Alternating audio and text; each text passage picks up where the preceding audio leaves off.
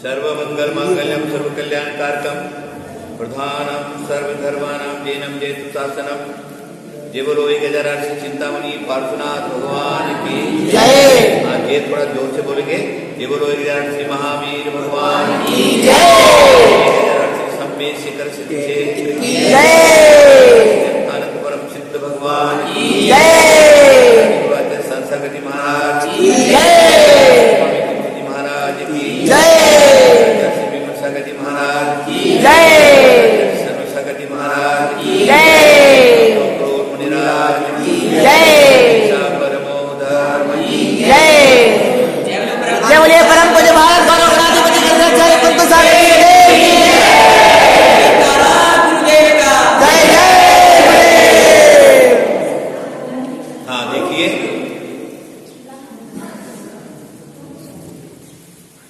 प्रत्येक वर्ष की तरह इस 10 लक्षण की कुछ विशेषताएं हैं। प्रत्येक वर्ष भारत के प्रत्येक नगर में जहां जहां पर भी दिगंबर जैन समाज विद्यमान है, मंदिर हैं, वहां पर साधु संतों के चातुर्मास होते हैं। साधु संतों के मुख से यह 10 लक्षण पर्व अच्छी तरह से मनाया जाता है। उनके मुख से तत्वार्थ सूत्र सुना जाता है, उसका अर्थ सुना जाता है। धर्म को समझने के लिए 10 प्रकार हमारे आचार्यों ने कहा है। 10 दिन एक एक धर्म पर साधु संतों के मुख से संबोधन सुनते हैं। वैसा वर्ष इस साल नहीं है। न जाने कौन सा लोगों का पाप कर्म का उदय आया, देश में महामारी रोग फैला। उस महामारी रोग ने लोगों को जिनेंद्र मंदिर और जिन भगवान से दूर कर दिया। मंदिर क्षेत्र सब बंद कर दिए गए। इसी तरह यह 2020 का जो 10 लक्षण पर्व है, लोग जिन मंदिर के दर्शन के बिना बिता रहे हैं। साधु संत भी कहीं कहीं पर है, कहीं कहीं पर भी नहीं है, तो भी उनके जो साक्षात प्रवचन का लाभ है वो लोगों को नहीं मिल रहा। मैं समझता हूं कि लोगों का एक पाप कर्म का उदय है। पाप कर्म के उदय में सब कुछ संभव है, कुछ भी हमारा नहीं रहता। जो कुछ है वो भी हमारे हाथ से चला जाता है। हम लोग जिन दर्शन से दूर हो गए, जिन पूजा और जिन अर्चना से दूर हो गए, अब हम सब लोग अपने घर के अंदर ही, अगर हमारे घर के अंदर चैतालय है तो जिनेंद्र भगवान का अभिषेक, पूजा, शांति धारा और 10 लक्षण पूजा आदि करके पुण्य लाभ ले रहे हैं। जिनके घर में जिनेंद्र भगवान की मूर्ति नहीं है, बहुत से लोग जिनेंद्र भगवान का फोटो रख करके 10 लक्षण पर्व की आराधना कर रहे हैं, पूजा कर रहे हैं। जिनके घर में फोटो भी नहीं है, वो भी अपने घर के अंदर कोई द्रव्य पूजा और कोई भाव पूजा करके ये 10 लक्षण पर्व को मना रहे हैं। यह एक हमारा दुर्भाग्य ही समझिए,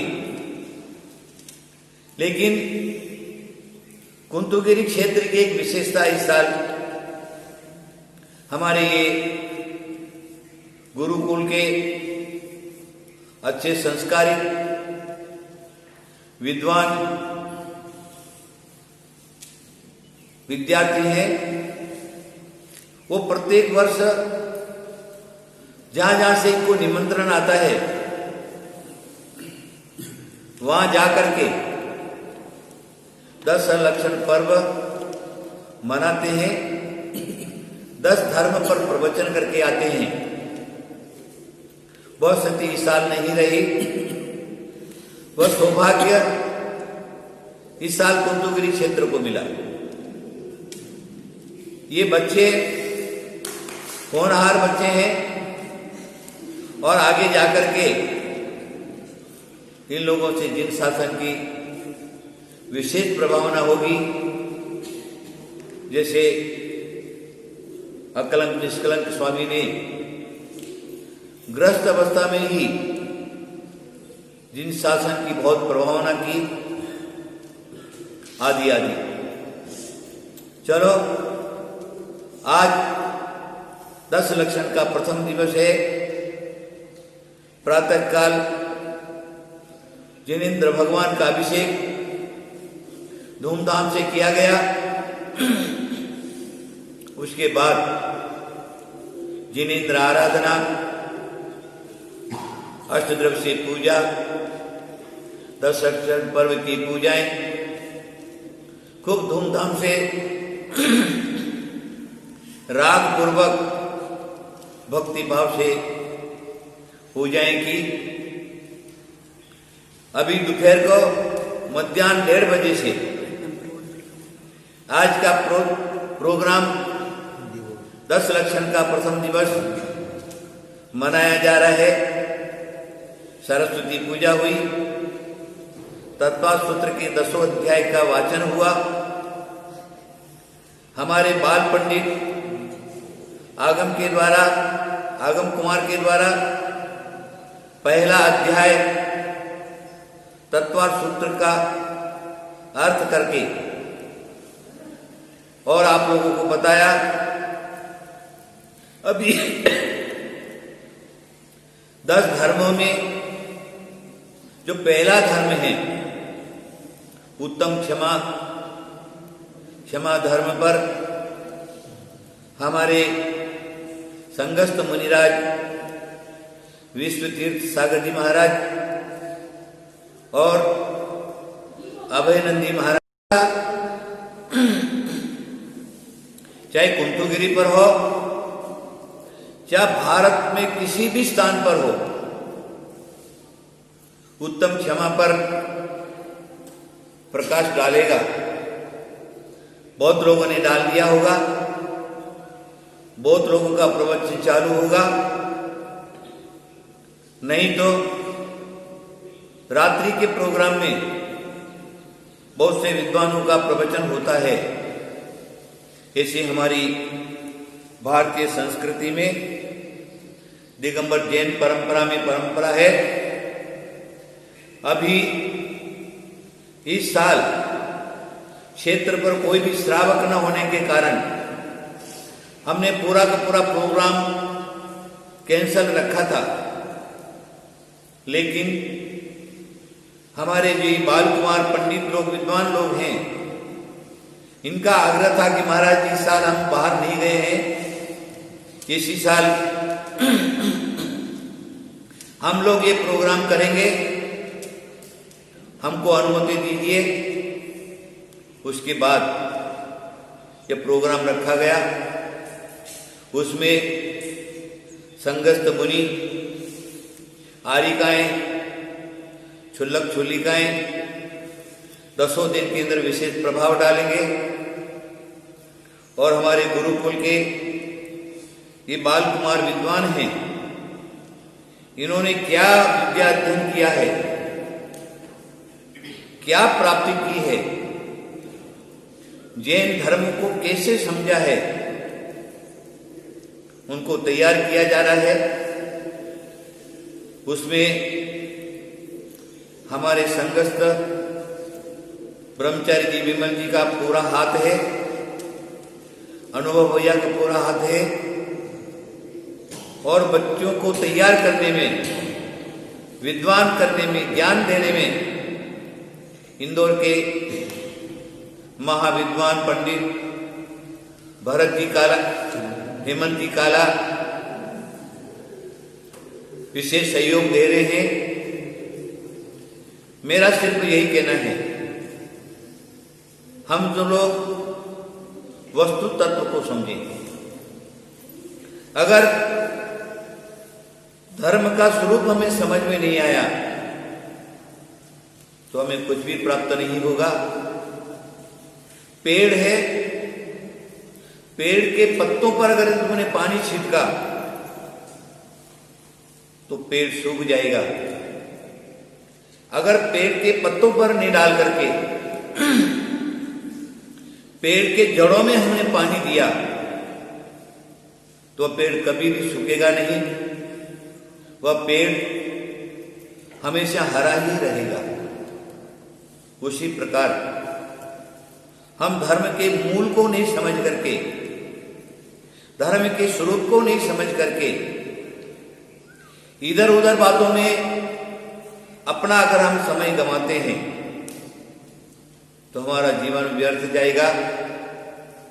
इसलिए जैनाचार्यों ने कहा है, भव्यात्माओं, धर्म को समझो, धर्म को समझे जो धरती की उत्तमे सुखे।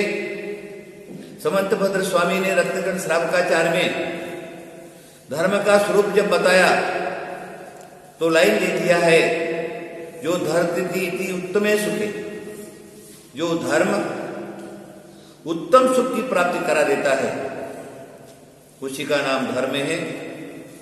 संसार, शरीर, भोग अगर उसकी प्राप्ति कराता है तो वह धर्म का सच्चा स्वरूप नहीं है, पुण्य रूप होता है। थोड़े दिन में पुण्य नष्ट होने के बाद पुनर्संसार परिभ्रमण होता है।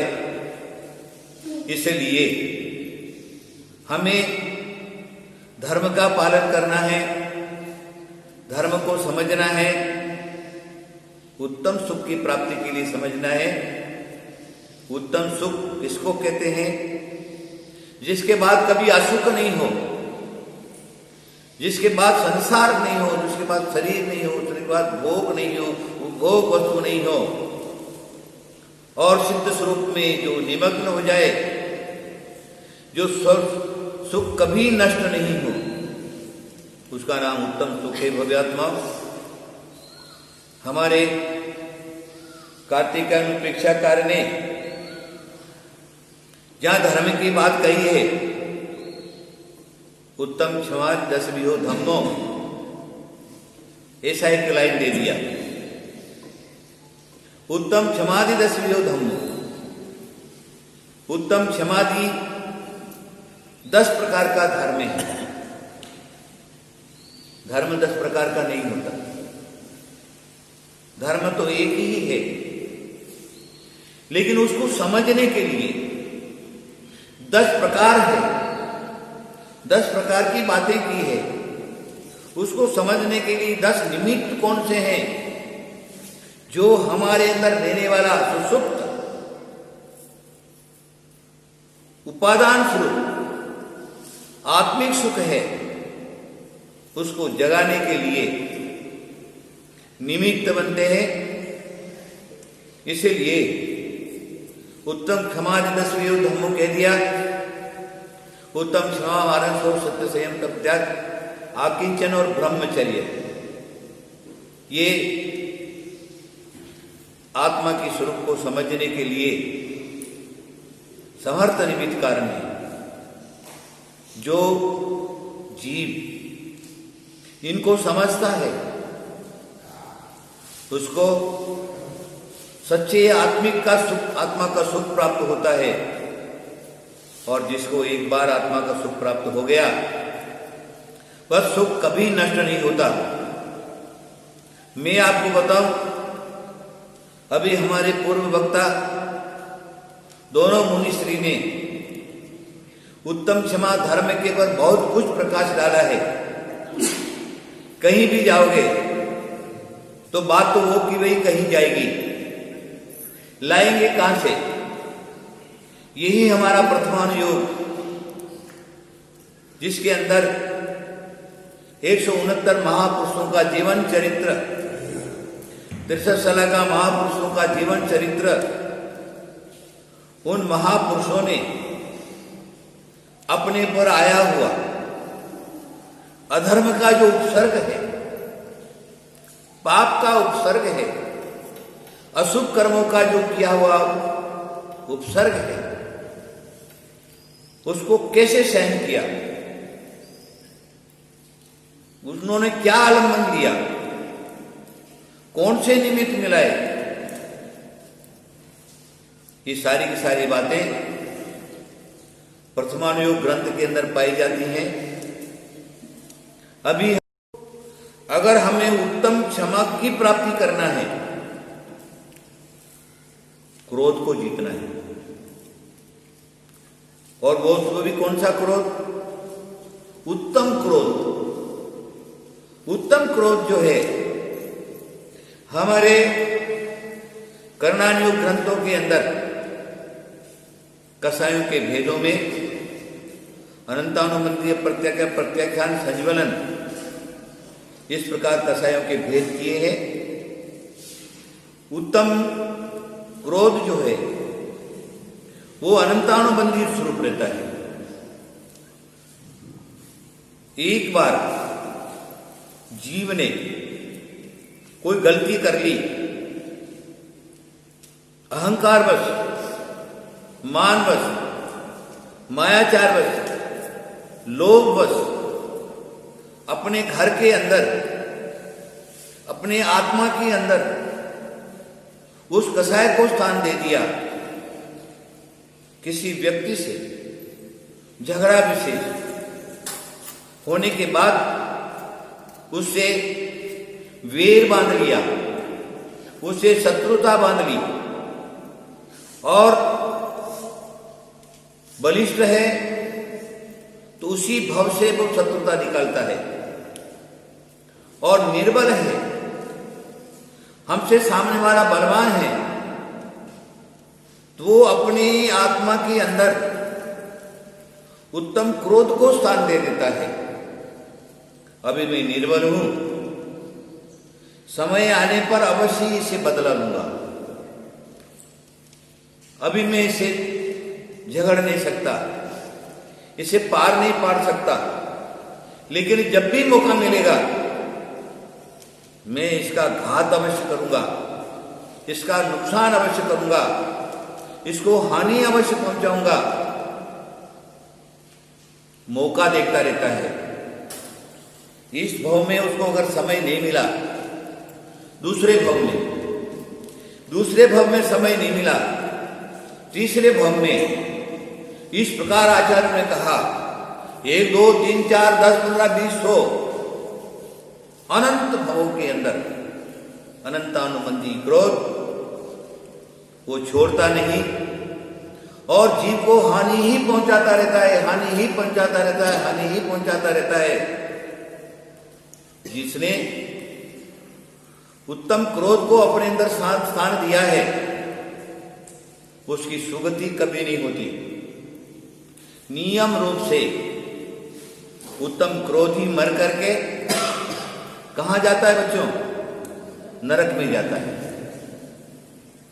और जिसका उत्तम क्रोध रहेगा, बड़ा चढ़ा क्रोध रहेगा, वो बड़े से बड़े नरक में जाएगा। पहला, दूसरा, तीसरा, चौथा, पांचवा, छठा, सातवां, 2 सागर, 4 सागर, 6 सागर, 8 सागर, 18 सागर, 20 सागर, 22 सागर, 33 सागर तक नरक में जाकर के दुख उठाएगा। ये उत्तम क्रोध की बात है बुढ़ियात्मा। अब हमें क्या करना है? अगर हमें क्रोध को नष्ट करना है, आचार्य ये कहते हैं भव्यात्माओं, जब तक ये क्रोध तुम्हारे पर हावी रहेगा, तुम अपनी आत्मा की स्वरूप की प्राप्ति नहीं कर सकते। सैनी अपना संयम पालन नहीं कर सकते, चारित्रवान अपना चारित्र पालन नहीं कर सकता, तपस्वी अपना सही रूप से तपस्या नहीं कर सकता। हर समय उसके दिमाग में यही घूमता रहेगा, अरे उसने मेरे को ये बात कैसी कह दी, उसने अच्छा नहीं किया, अब मैं उसको छोड़ूंगा नहीं।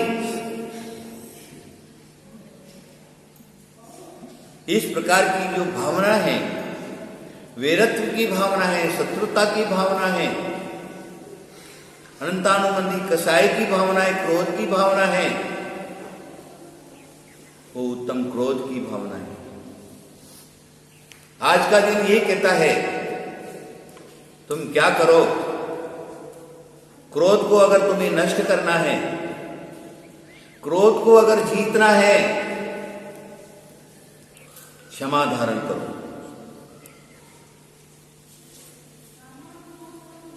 और क्षमा भी कौन सी? सामान्य क्षमा नहीं, उत्तम क्षमा, क्योंकि क्रोध भी तुम्हारा उत्तम ही था ना, इसलिए उत्तम क्षमा उत्तम दे दिया है। क्षमा तो साधारण श्रावक भी करता है। भारत का इतिहास उठा करके देखिए आप, भारत के ऊपर जब इस्लाम विदेशी लोग चढ़ करके आए, पृथ्वीराज चौहान के राज्य पर चढ़ाई किया। पृथ्वीराज चौहान ने 16 बार मोहम्मद गौरी को पकड़ पकड़ करके छोड़ दिया। ये भारतीय संस्कृति, राजनीति और ये धर्म का अंश जिसको बोलते हैं, राजनीति क्षमा जिसको बोलते हैं, भारत का इतिहास है। जिसने शस्त्र डाल दिया है उसको क्षमा कर दिया जाता है, जिसने मुंह में तृण दबा करके सामने आ गया है उसको छोड़ दिया जाता है, चाहे वो कितना भी नुकसान उसने क्यों नहीं किया हो। चाहे स्त्री का भेष धारण करके सामने आ गया है उसको नहीं मारता, पीठ दिखा करके भाग रहा है उसको नहीं मारता। वीर, अभी हमारे महाराज साहब बोल रहे थे, क्षमा वीरस्य भूषणम, क्षमा जो है वीरों का भूषण है। वीर कभी भी पीठ पीछे घात नहीं करता, सामने लड़ता है, वीरता पूर्वक लड़ता है और वीरता पूर्वक ही मरण स्वीकार कर लेता है, लेकिन पीठ पीछे घात नहीं करता। देखिए हमारे उदाहरण स्वरूप जहां उत्तम क्षमा की चर्चा की गई है, दो उदाहरण हमारे सामने में आपके सामने प्रस्तुत करूंगा।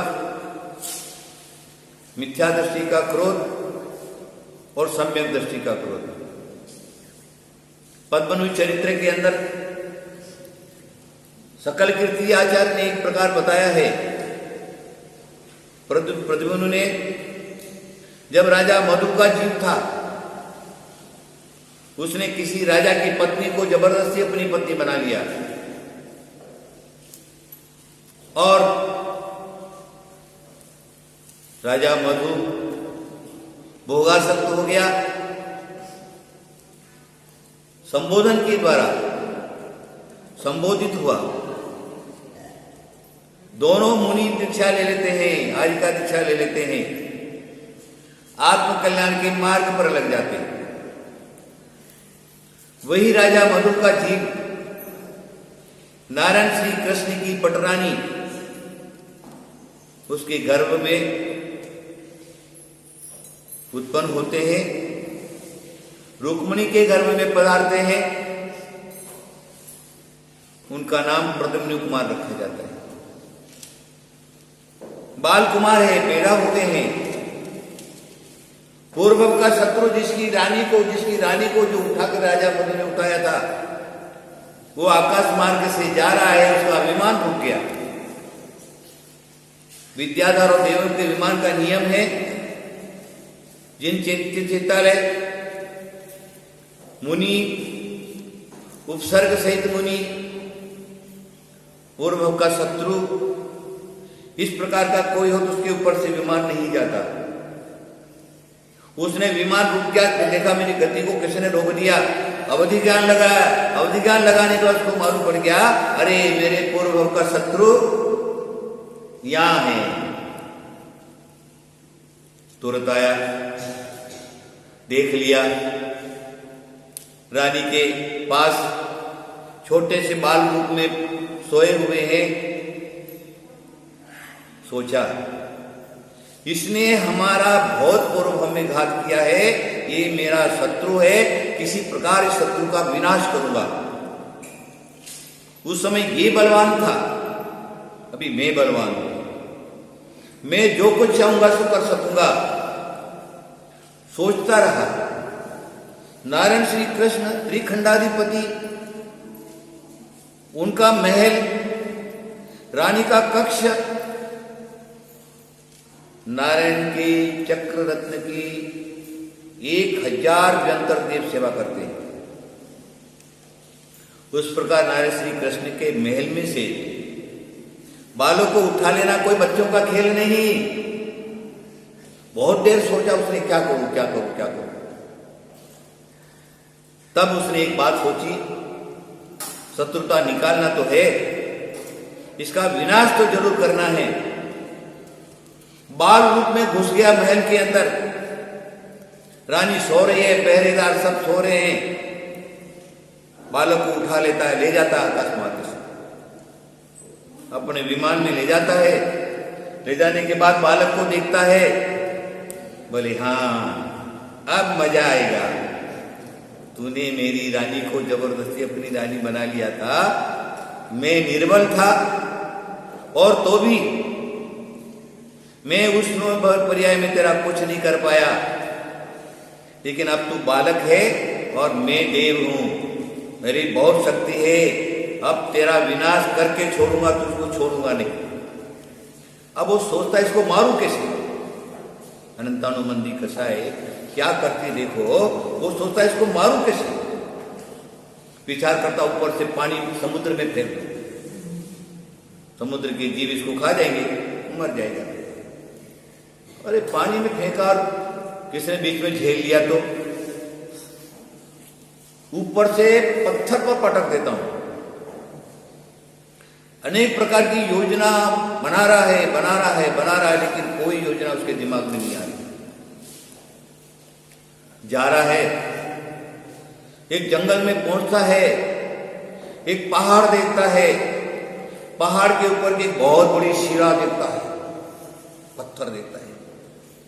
सोचा बस अब उपाय समझ में आ गया, अभी क्या करता हूं, नीचे उतरता हूं, शिला को उठा करके उसके बीच में इसको रख दूंगा और ऊपर से देव विद्या करके और इसकी चटनी बना दूंगा मसाले की तरह, और फिर चला जाऊंगा, मेरा वीरत्व निकल जाएगा। सोच लीजिए आप।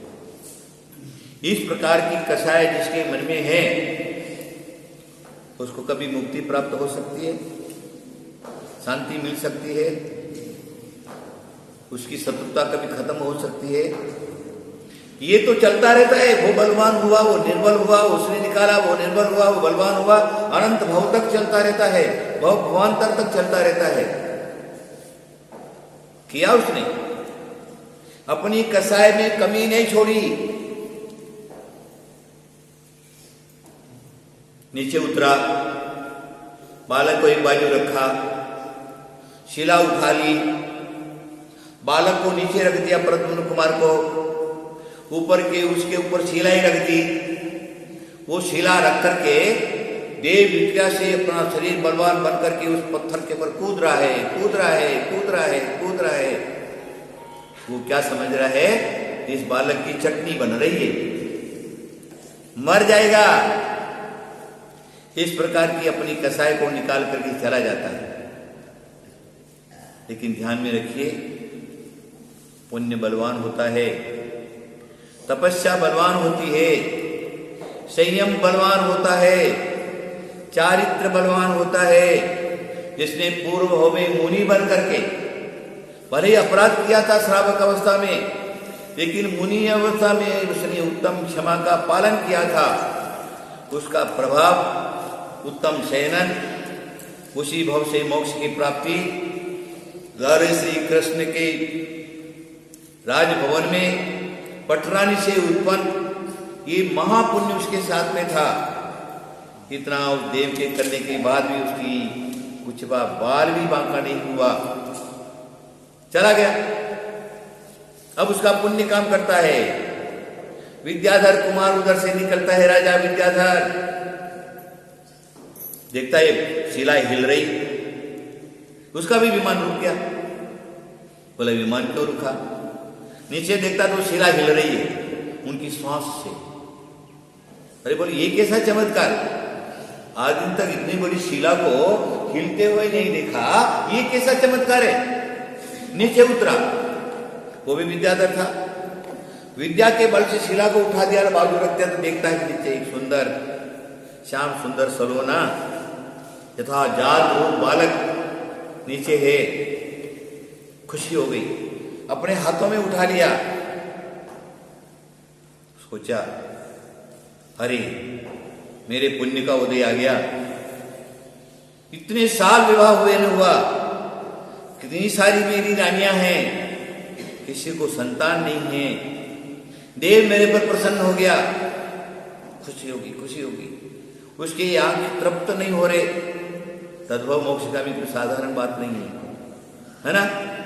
कामदेव प्रद्युम्न कुमार तद्भव मोक्ष का भी और कामदेव भी उनकी सुंदर रूप सुंदर की क्या कहनी बात। दौड़ा दौड़ा रानी के पास जाता है। अरे बोली प्रिय, अपने पर देव प्रसन्न हो गया, देख तेरे को संतान नहीं थी, ये संतान तुझको मिल गई है, तुझको ले ले, इसका पालन कर। रानी भी खुश हो गई। अरे मेरी आशाएं पूरी हो गई। हाथ आगे करती है, फिर संकोच में हाथ पीछे ले लेती। राजा बोलता, काल समर राजा बोलता, अरे क्या हुआ, ये क्या तुमने पीछे हाथ क्यों कर लिया वापस? अरे ये राजकुमार बड़ा हो जाएगा, तुम्हारे तो 500 पुत्र पहले हैं, 500 पुत्र तुम्हारे पहले हैं, बड़ा पुत्र उसको राज दोगे, तुम इसको राज कैसे दोगे? मेरे पुत्र को राज मिलना चाहिए। अगर तुम इस प्रकार की प्रतिज्ञा करते हो तो मैं इस पुत्र को लेता हूं। राजा ने प्रतिज्ञा कर ली, हो गया। प्रद्युम्न कुमार विद्याधर नगरी के अंदर 16 वर्ष उसका पालन हुआ। पूरी की पूरी कथा नहीं बताऊंगा। हमारा पॉइंट सिर्फ उत्तम क्रोध, यानी उत्तम क्रोध की बात मैं तुम्हें बता रहा हूं। उत्तम क्रोध क्या करता है, वह भवांतर में कसाई निकलता है। ये मैंने आपको प्रद्युम्न चरित्र की बात कही। अब मैं आपको पद्म पुराण के अंदर लाता हूं। रवि सेनाचार्य ने एक संदर्भ दिया है भामंडल का। महासती सीता का भाई भामंडल, सेम टू सेम कसाई बेसी, सेम टू सेम कथा बेसी ही। भामंडल के जीव ने भी पहले भव में कुंडल मंडित राजा के पर्याय में किसी पत्नी को रख लिया। उनका भी उसी प्रकार हुआ जैसे प्रद्युम्न को हुआ। और इसने भी अगले भव में श्रावक व्रत पालन करके स्वर्गवासी देव हुआ, वो राजा कुंडल मंडित। वही कुंडल मंडित वहां से च्युत होकर के देव पर्याय से और राजा जनक की रानी के गर्भ में आकर के विराजमान हो गए। अब क्या होता है देखिए, वही साथ वही देव आकाश मार्ग से जा रहा, विमान रुक गया, अवधि ज्ञान लगाया, अरे मेरा पूर्व का शत्रु यहां पर है, लेकिन उसको हानि कैसे पहुंचाई जाए? अभी तो वो गर्भ में है, अपराध किया जीव ने, लेकिन तकलीफ होगी रानी को भी। इसलिए जिस जीव ने दोष किया है उसी को दंड मिलना चाहिए, रानी को। परिणामों में जमीन आसमान का अंतर, वो मिथ्या दृष्टि था और ये सम्यक दृष्टि था देव। लेकिन कसाय तो कसाय है, चाहे प्रत्याख्याने वर्ण रहो चाहे अप्रत्याख्याने वर्ण रहो, कसाय तो कसाय है, हानि तो पहुंचाऊंगा। बालक उत्पन्न हो गया, तीसरे दिन आ गया, उठा लिया, ले गया आकाश मार्ग में। अब उसको ऊपर ले जाकर के देखता है, अरे बालक कितना सुंदर है, श्याम सलोना है, छोटा सा रूप है, इसको मारने से तो क्या मिलेगा? मिथ्या दृष्टि के परिणाम में और सम्यक दृष्टि के परिणाम में अंतर देखिए। आखिर उसके अंदर उस बालक को देख करके करुणा उत्पन्न हुई, दया उत्पन्न हुई, उसका सम्यक दर्शन काम किया। और वो क्या करता है?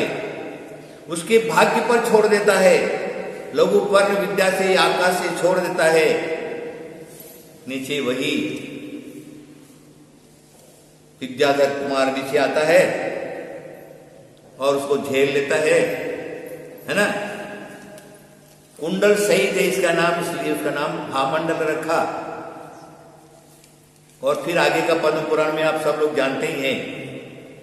हमें मिथ्या दृष्टि की कसाय और सम्यक दृष्टि की कसाय में जमीन आसमान अंतर दिखेगा भव्यात्मा। इसलिए सर्वप्रथम हम अपने समय से भी प्रतिबद्ध है। मैं तो बोलता ही जाऊंगा, आप सुनते ही जाएंगे।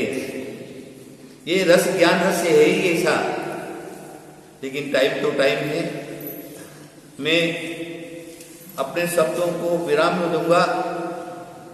अभी हम अवश्य इस बात को समझेंगे।